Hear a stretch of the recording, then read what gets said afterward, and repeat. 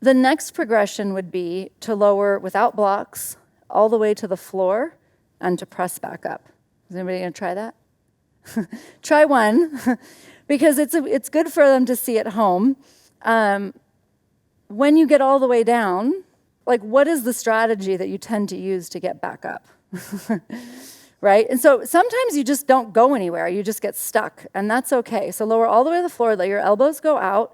Once you're down, tuck your pelvis. So really find your glutes and your quads and try to push up. And if you don't push up, that's okay too. That's okay. You might get stuck, and there goes Michelle, the shoulders diving. This is a good lesson, right? But be honest. And then it's like, okay, so maybe in class, maybe we need to back up and work on some shoulder progressions before chaturanga. Great. Okay, so I'm going to give just a little demonstration. You guys can just sit and watch. But this is what I see a lot, is I see shoulders lifting to come up. I see back bending to come up, which I'm really good at.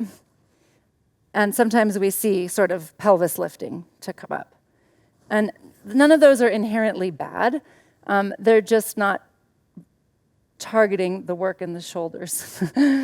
So it has to be driven from the core instead of from sort of the distal limb. So I'm engaging my legs and I'm engaging everything. I'm tucking my pelvis, but it's literally my core that's lifting me up, even though it is your shoulders. So try it one more time.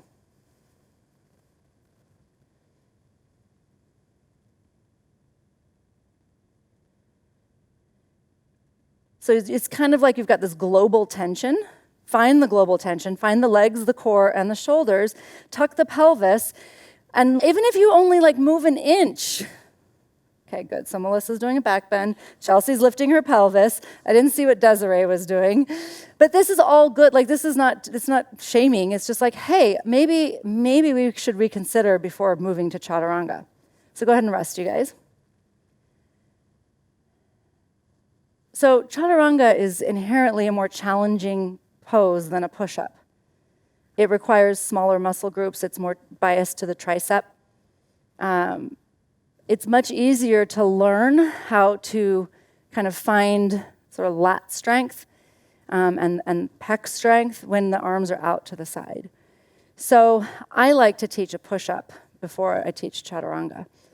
But I'm assuming everybody here can do 8 to 10 push-ups easily, going all the way to the floor and all the way back up.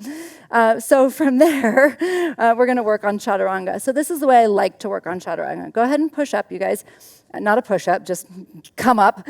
Take a block and put it right where it would go under your pelvis. And you're going to like be in the chaturanga shape, but you're going to be resting on the actual block. So Melissa, I'd put it flatter.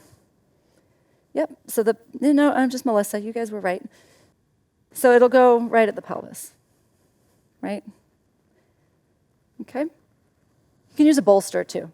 Bolsters are nice too. And then come down like chaturanga. Just like rest on the block, yeah. Set your arms up for chaturanga. Just like, you don't have to do chaturanga, just come down onto the block, set your arms up, your forehead might be on the floor for a little bit, tuck your toes under, set your legs up.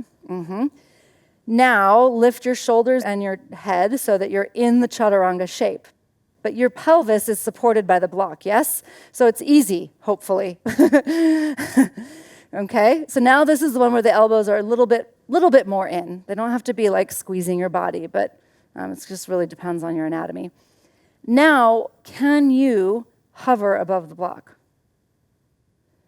And what happens? Again, Michelle's pelvis lifted, Melissa's doing the back bend, right? I didn't see what's happening behind me. Desiree's doing a back bend, and she's still in push-up arms. So again, maybe we need to regress just to the lowering down of the push-ups. Following? Okay. Go ahead and set yourself up in plank. Try to just lower to chaturanga. 5 counts. Lower, lower, lower. And are you noticing your habits? You're noticing when you get down, you start going quicker. You start losing it. Good. You guys just rest. Have a seat. This was perfect.